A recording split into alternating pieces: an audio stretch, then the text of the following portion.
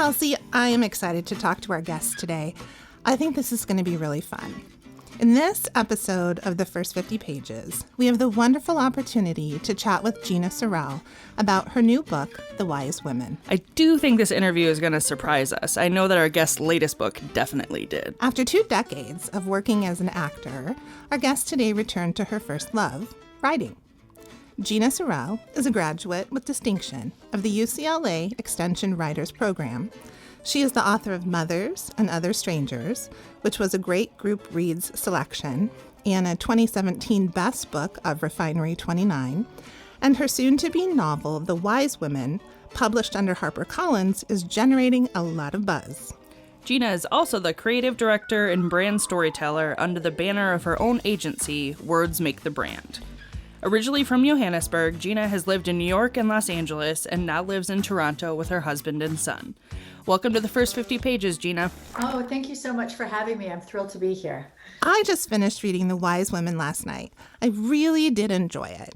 It's a book that surprised me quite often, and while it's a story that at its heart explores the complicated relationships of mothers and daughters, which I definitely want to talk more about, it also makes you think about other things like aging and gentrification and the power of words to influence us and the process of finding purpose.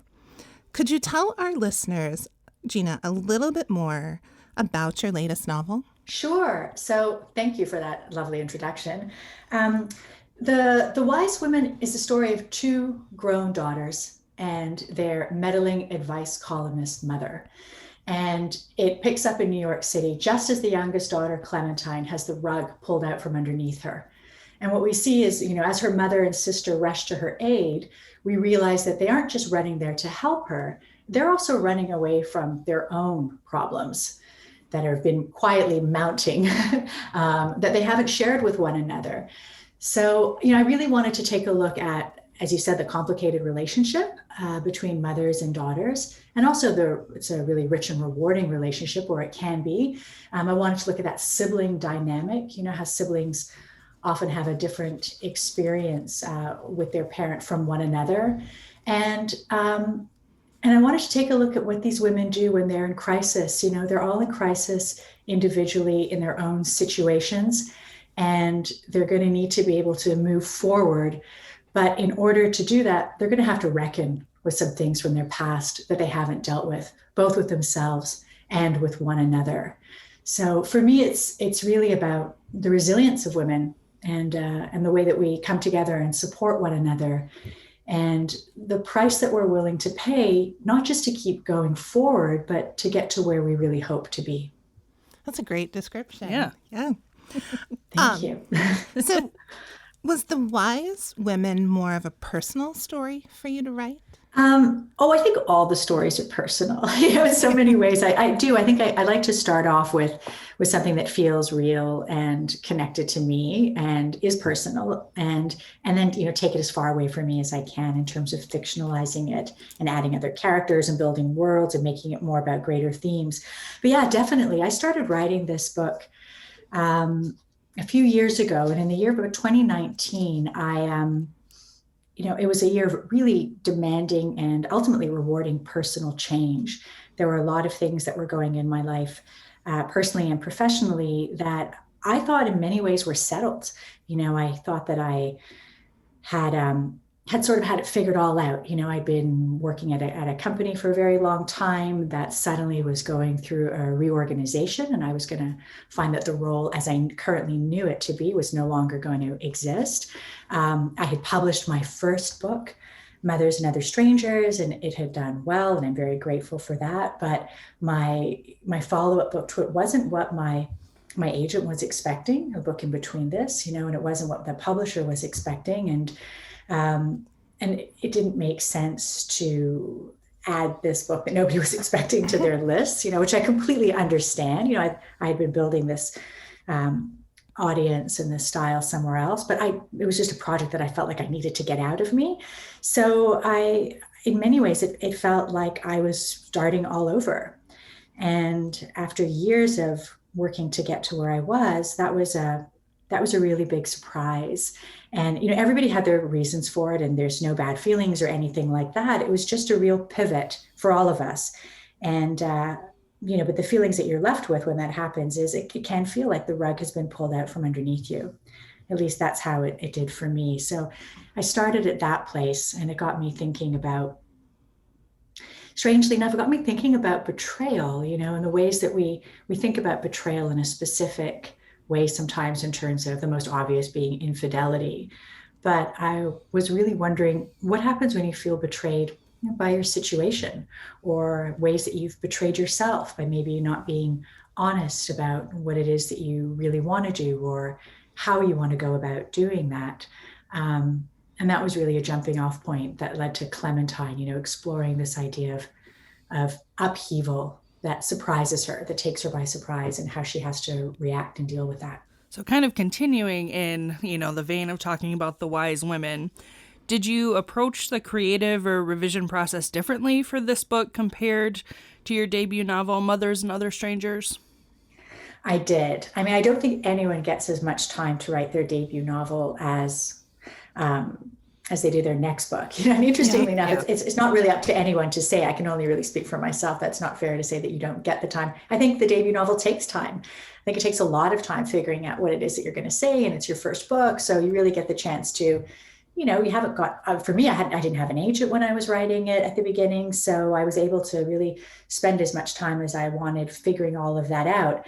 But it's years and years and years. And if I want to have a career as a writer, I can't spend that many years on a book. So, I can, but, we'll see you in a while. So this book was much different. Yeah, I really wrote this book for myself to start with. I was reading a lot of, during that really difficult time of change, I found myself really drawn to books that were hopeful and inspiring and uplifting. And they really gave me a lot of joy and a lot of comfort. And I started to think, well, maybe I don't just have to read a book like that. I can write a book like that. And this book was really a haven to me. And I kept it very close. I didn't share it with a lot of people like I had my first book, sharing pages with friends or mentors and getting feedback. I had someone look at it at the very beginning. It started in a workshop, and then I kept it really close. I had a dear friend who I trust look at it in the middle, and then again at the very end. So it was really, it was my haven during this time. So you've been involved in the performing arts since you were 9 years old, attending performance art schools and college at the American Academy of Dramatic Arts in New York City. But you've said that writing has always been your first love. After devoting so much of your life to being an actor, was there a moment of inspiration that helped you make the bold choice to focus on writing as your career? Yeah, I think writing has always been my first love. I use writing as a vehicle often to get myself roles when I was younger, to create parts for myself when I wasn't getting called into auditions or when there wasn't jobs that were available.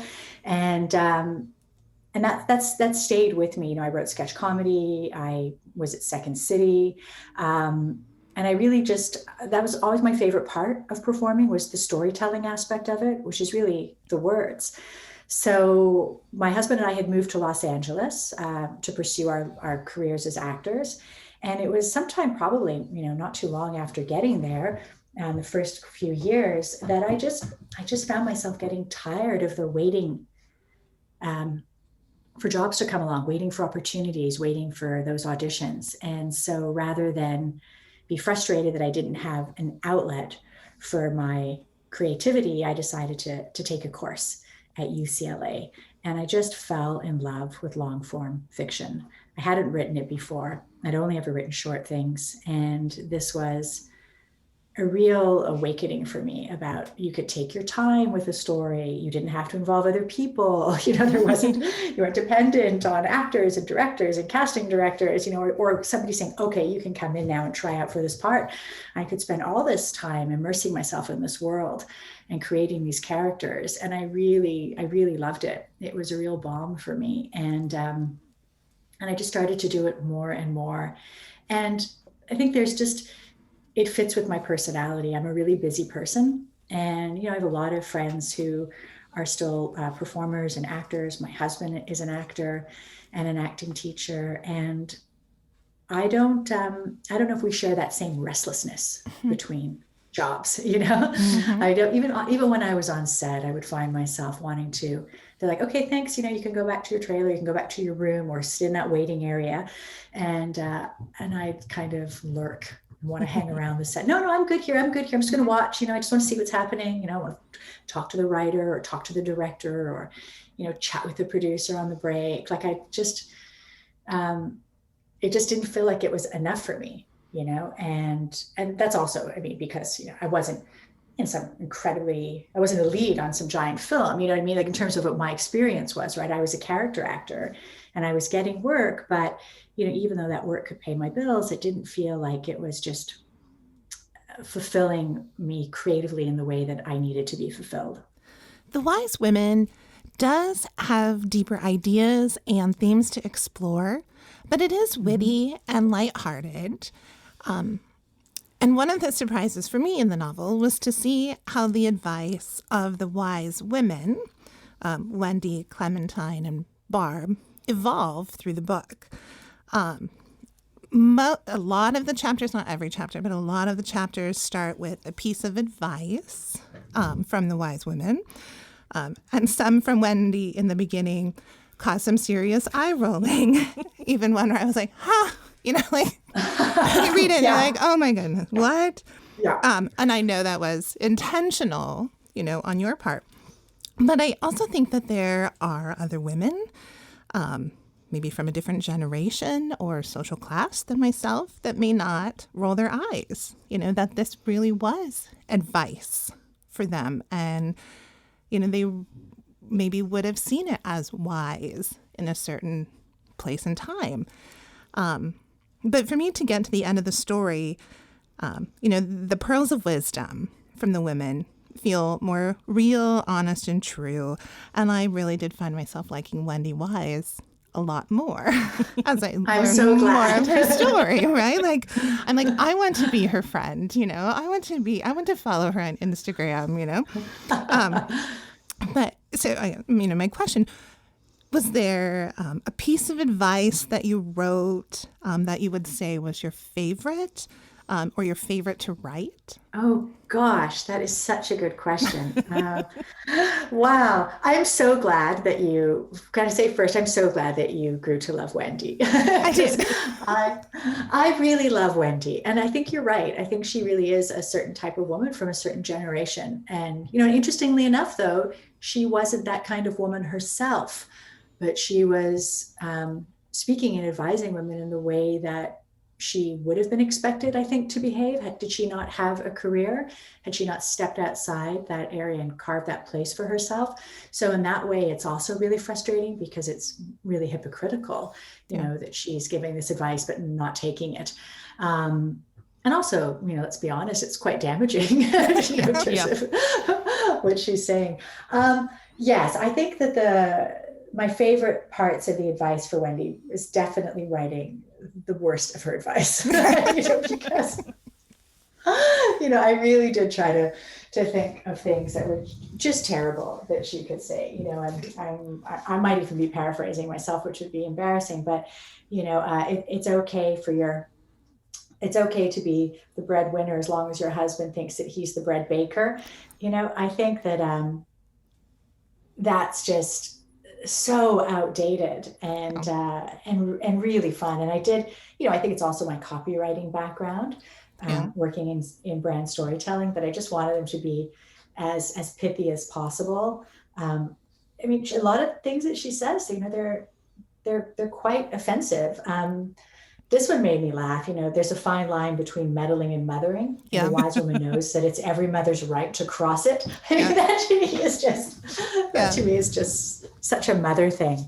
That I had a lot of fun with it. Like she's quite opinionated. And I'm so glad that you mentioned that as it progresses, the advice becomes more accurate, more actually wise, you know, that there is this evolution that happens as the characters realize what is right for themselves. And also that Wendy starts to see not only the world differently, but her place in it and also her children differently.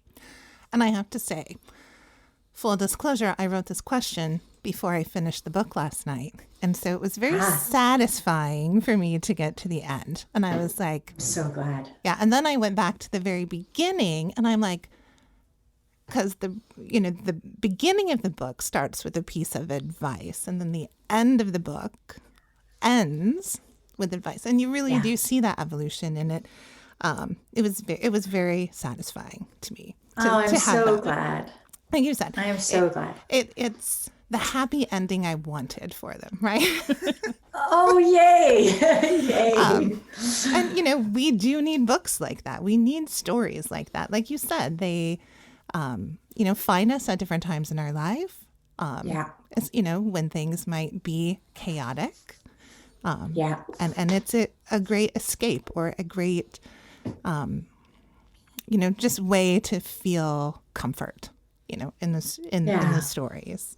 But you mentioned I'm so glad. The copywriting.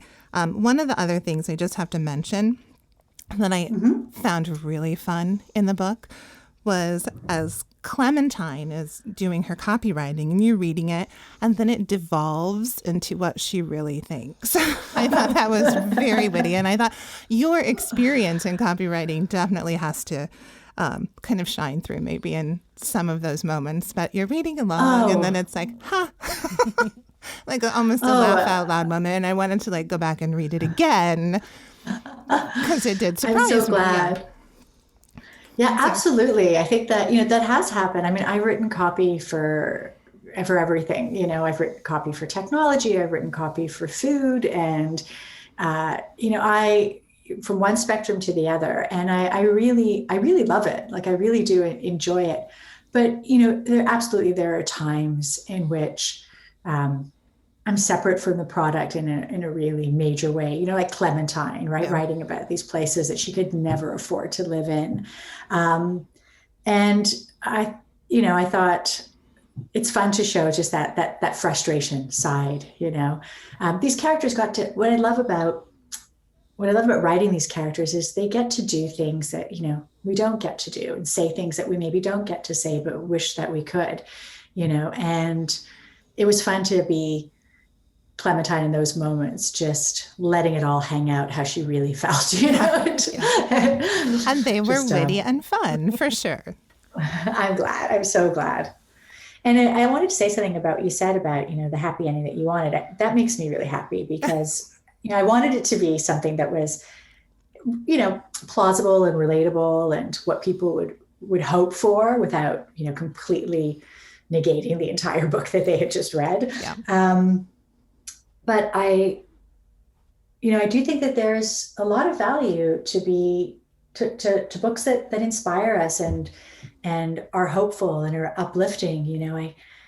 I love to see things work out. I love to see things work out on the page or in a film or in a show. And I think if it's not going to happen there, where is it going to happen? And it's a real chance to really work through issues and problems and struggles and orchestrate things in, at times maybe a more ideal way, but in a aspirational way. And I think that that can be a real joy as a writer, and it can also be a real joy as a reader. And I hope that readers feel the same way. And really, I think there were a lot of moments that I looked at in The Wise Women as empowering. Yeah. One of my favorite lines, I didn't write very many lines from the book, but when I read this, I was like, oh, that's good.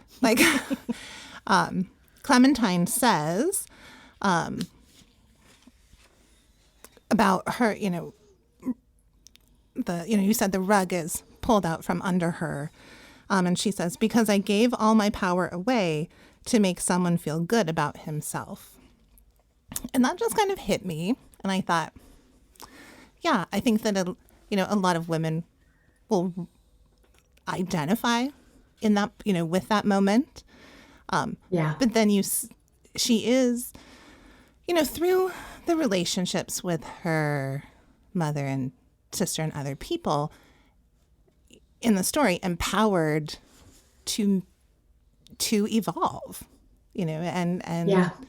become I don't want to say better, but, happier, more fulfilled in a lot of ways. So I think there's also those real empowering moments in the story too.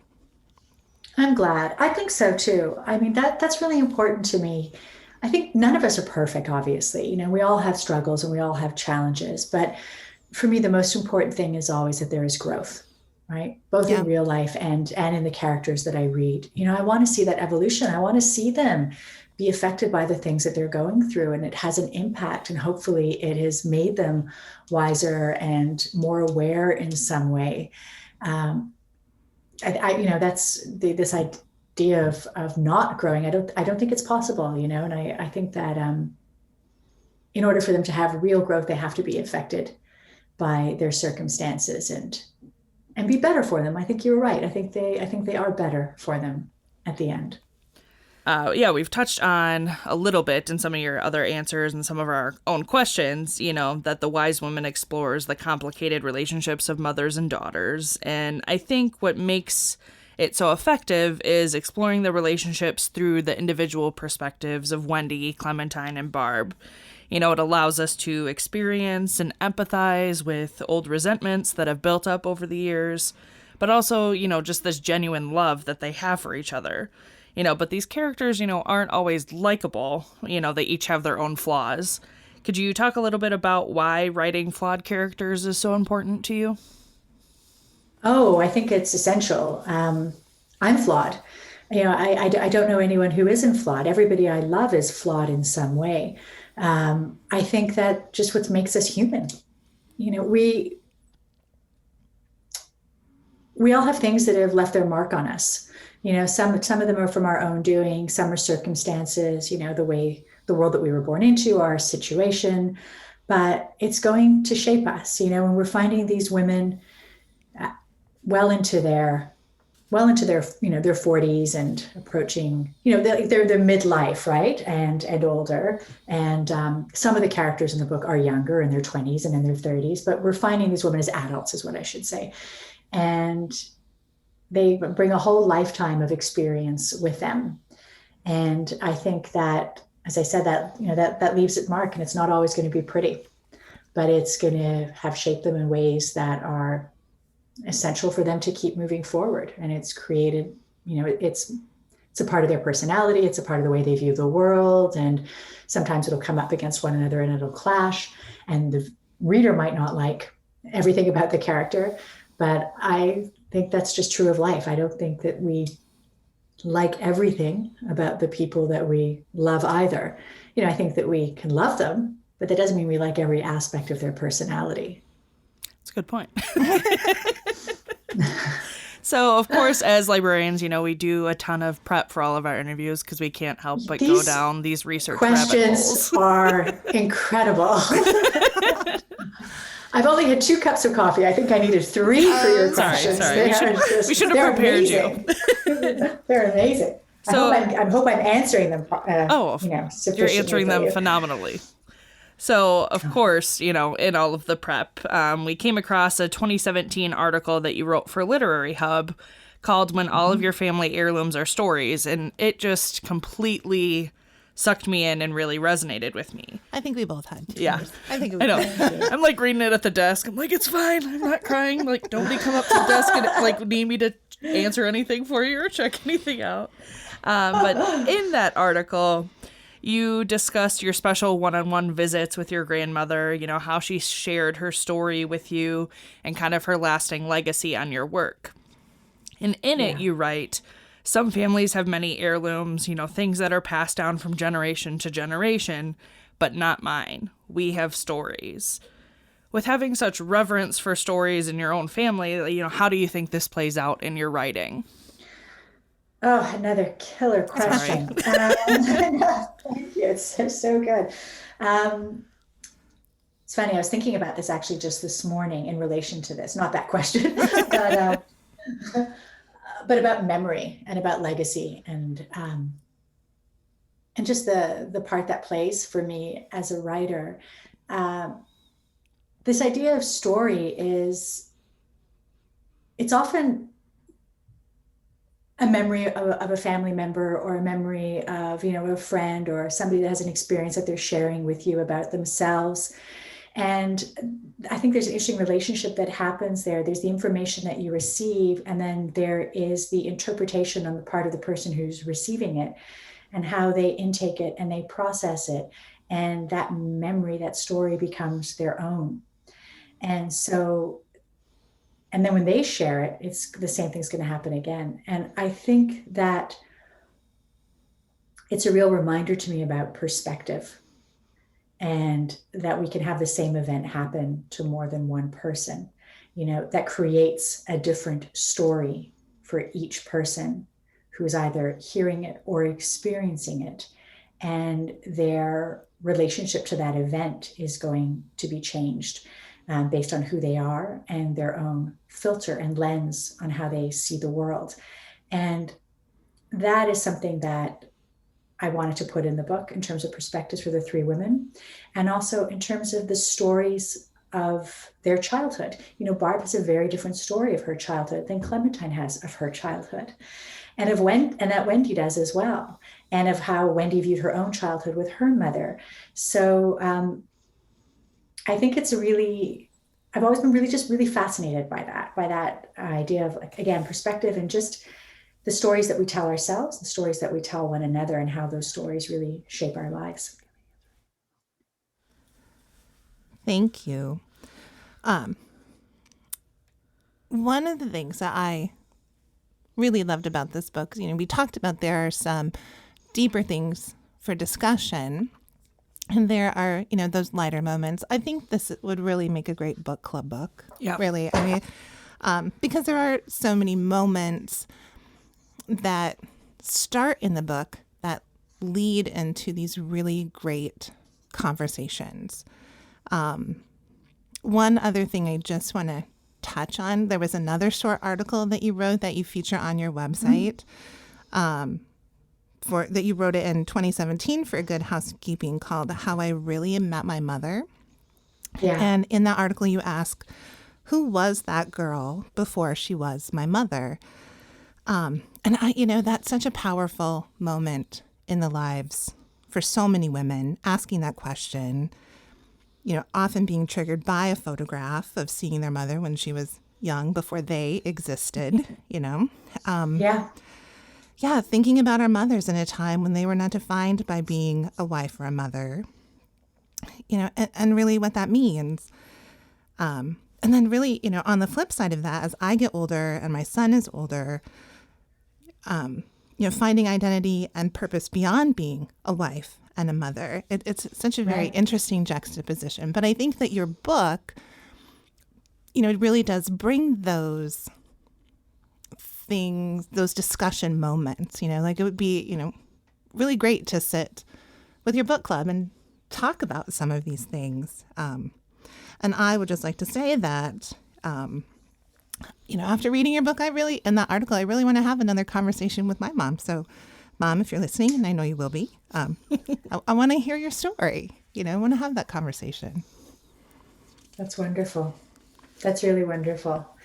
It's really important. It's really important to, I think, view our mothers separate from ourselves, to recognize that they were once completely, their whole existence was not in relation to us, mm-hmm. and they had their own dreams and desires and aspirations, and they have their own heartbreaks and disappointments and challenges, and that shaped them. And they have their own stories, many of which we don't know anything about. And I think that's really important. And I think that you're right. As you get older, we're able to see that a bit clearer because we're aging ourselves. We have a greater understanding of it. And you also touched on something that I think is a recurring theme in my work, which is identity and this sense of, who we are and where do we belong. I think a lot of us are trying to figure that out. And for me, it's always been a big question. And it's one that, gets turned over again and again. And just, we can figure it out, and then something can change and it changes it again. And the question comes up again. And I think that so many of us are looking for that place to belong and to know where we fit in, what our role is, and want to be seen. And there's different ways that, people go about trying to be seen. And I think in many ways, that was something that Wendy was going through, just wanting to be seen for who she was and what she could do. Yeah. So of course, outside of acting and writing, you're also the creative director and brand storyteller of your own agency, Words Make the Brand, where you've done work for the likes of Disney, Coca-Cola, Ocean Spray, H&R Block, just to name a few. And on your company website, you state that the moment an idea becomes a reality, it needs words. And I love that your title is brand storyteller. That's such a cool way to describe what you do. So you obviously believe in the power of the right words to tell a story.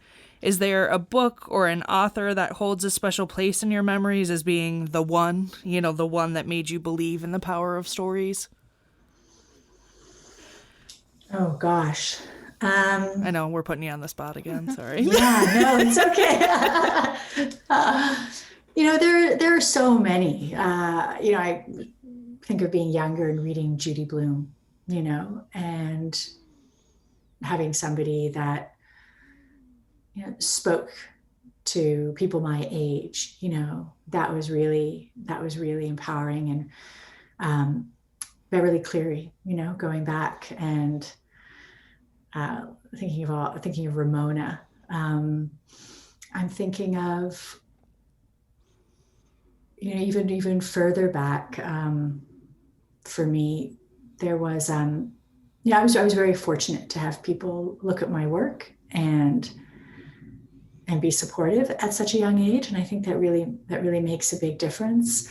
My mentor is Caroline Levitt, and she's also a really dear friend of mine.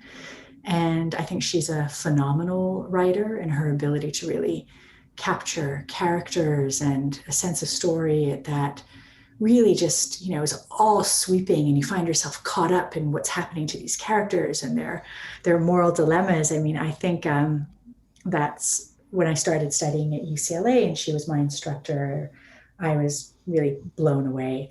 Same thing with Robert Evers, who was an instructor of mine at UCLA. Like, he had this really fantastic Nina Zero series that was,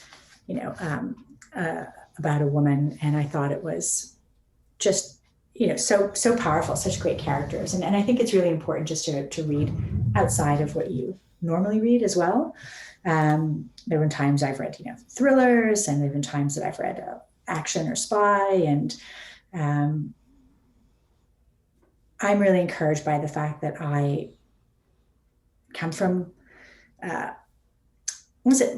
it's weird to say a family of readers, but my dad is a really huge reader, and he reads everything. He reads outside of his genre all the time.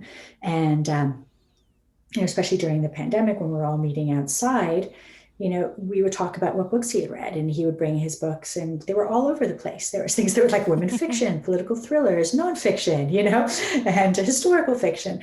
And it was just such a great reminder to really remember that a great story is a great story, and we would exchange books back and forth, and my mom got in on the action, and my husband got in on the action, and my son got in on the action, and we're all looking at different books that are maybe outside of what we might normally read. And I think that's important, not to put just a label or a category, or to limit yourself in terms of what you read.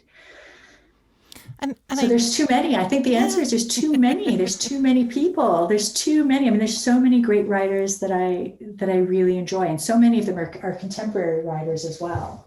And I think that's really important. When you really are a reader, it is hard to sometimes just to pick one. I totally get that. Thank you for backing me up. Yeah, no, it is. It is really challenging. There's so many books that shape us, right? Yeah. And it's hard to think of just one. Do you have one that you found really shaped you? Yeah, and I think Kelsey and I are definitely, as librarians, in the camp of reading outside your comfort zone, reading widely, reading, picking up and reading a book that you wouldn't normally read. And so even if we just read the first 50 pages, we have an idea of a story. And, there are so many good books. we're also in the camp of abandoning books if we don't if we don't love it, then we have no shame in abandoning a story if it doesn't speak to us or if we're not getting something from the story. Right. But I also love that you touch on the social aspect of reading, because a lot of times we think of reading as a very, solitary thing. But I think even in one of your short form articles, you wrote about how your grandmother shared what she was reading with you. And, it really can be a bonding experience to talk about the stories that you're reading. And it's something away from, the challenges of our world, whether it's a pandemic or a global crisis or it really is a great way to have a discussion, Absolutely. And, Absolutely. to create some, even intimacy with the people that you share the stories with. So I love that you mentioned, that social aspect of, how books influence us. And I think it's also really important to, get outside ourselves, as you're saying, there's so much going on in the world, but there's also so much going on inside of each of us, and one thing that I really liked is, during the height of the pandemic, when I was meeting with my parents on our front porch, was being able to talk about something other than what was going on. Yeah. They would say, "What's new?" And I'd say, "Absolutely nothing." "What's new with you?" And they'd say, "Absolutely nothing." We'd laugh. It makes for a really short conversation. Makes for a very short conversation. Yeah. And then, it got to the point where I said, "Oh, please don't ask me what's new," because every time I have to say nothing, I'm just so frustrated. It was just depressing. We're all doing our part, and we're all, we all want to be very careful. And so I would say, what are you reading? And what do you think of it? And then we would talk about it. And it's great to be able to have these conversations, both as a reader and as a writer, and also with people who, just pick up books that interest them. Like that's, they're voracious readers. My mother's become one throughout this time. And my dad, has always been one. But just to hear their different take on it, sometimes there'd be something that I would say, "You have to read this. Oh my gosh, I love this so much." And my father, who, finishes everything, would bring it back to me and say, 2/3 of the way had to stop. I said, "What? You finish everything?" He's like, "No." And his reasons were like, "It's too depressing for right now," or "I just didn't like the voice of that character," or, and other things that they just adored, that I would say, "Okay, that one, I'll put that on my to be read list, but I hope you don't need it back anytime soon because it's not on the top of the list," And I think that it does. It gives you a chance to go into other worlds and experience other things from people's different perspectives and to learn. I feel like we learn a lot by reading. So what a great segue for our last question. We can't let you leave without asking what you're reading now, or if there's a book coming out soon that you are looking forward to reading. Okay, let me tell you. I just finished. I'm often late to the game. Like I will buy books as they come out, and then I'll put them on my pile. Yeah. So, so I just finished reading Laura Zigman's Separation Anxiety, and I loved it. And I just thought it was such a great book. And really, really tender and really smart and really funny. Like, there's times I'm like laughing, but it's also painful because, these characters are really struggling. But that was just a terrific book for me. I loved it. I have just started reading Olga Dies Dreaming. Oh, I loved that one. Oh my gosh, it is absolutely fantastic. And I'm really, really enjoying that. And that's by Xochitl Gonzalez. And that is just an absolutely phenomenal book. What else am I really excited to start reading? It's a really great question.